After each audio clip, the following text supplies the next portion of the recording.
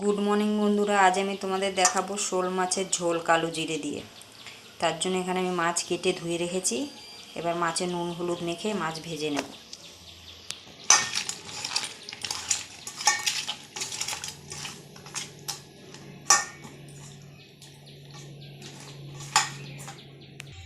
কড়াইতে তেল দিয়ে দিয়েছি, তেল গরম হয়ে গেছে।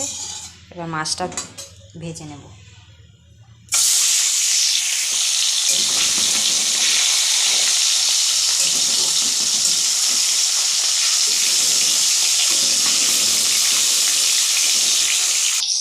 মাছটা ভাজা হচ্ছে। এবার আমি এখানে জিরে নিয়েছি একটুখানি, আর অল্প একটু আদা, এটা সুন্দর করে বেটে নিই। এখানে জিরে আদা বেটে রেখেছি, আর এখানে গুঁড়ো লঙ্কা, গুঁড়ো হলুদ আমি নিয়ে নিয়েছি। মাছ ভাজা হয়ে গেছে, মাছ ভেজে তুলে রেখেছি। আর এখানে আছে আমার আলু, এভাবে আলু কেটে নিতে হবে, আর আছে টমেটো। মাছ ভাজা কড়াইটাতেই আমি আর একটু তেল দিয়ে দেবো। তেল গরম হয়ে গেছে, এবার আমি দিয়ে দেবো কালো জিরে, তারপরে দিয়ে দেবো কেটে রাখা আলু।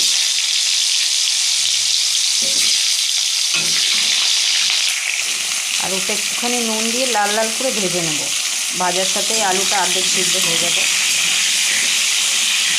এভাবে ভেজে নিতে হবে।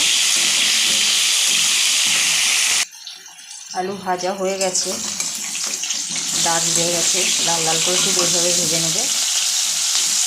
এবার আমি এখানে দিয়ে দেবো জিরে আর আদা বাটা।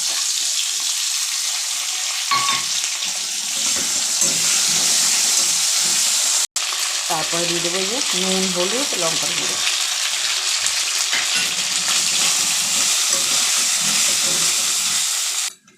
কেটে রাখা টমেটো দিয়ে এইভাবে ভালো করে কষে নিতে হবে।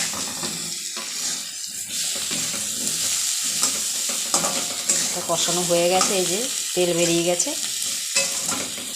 এবার আমি জল দিয়ে দেবো।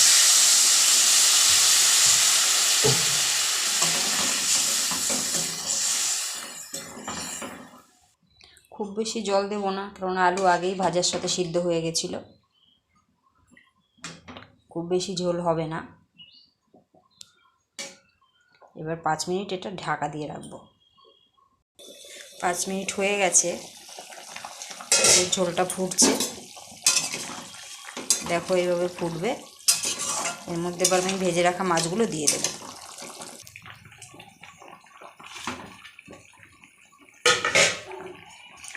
মাছটা দিয়ে আরও 4 থেকে 5 মিনিট ফুটিয়ে নিতে হবে। মাছ দিয়ে 4 থেকে 5 মিনিট ফুটিয়ে নিলাম, হয়ে গেছে মোটামুটি। এখন আমি ধনেপাতা দিয়ে নামিয়ে নেব।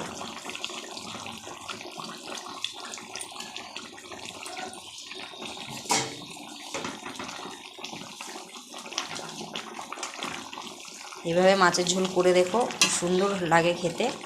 একবার বানিয়ে দেখো। হয়ে গেছে আমার মাছের ঝোল, শোল মাছের ঝোল কালো জিরে দিয়ে আমি নামিয়ে নিয়েছি। রান্নাটা ভালো লাগলে প্লিজ একটা সাবস্ক্রাইব করে দিও। এটা গরম গরম ভাতে খেতে হবে।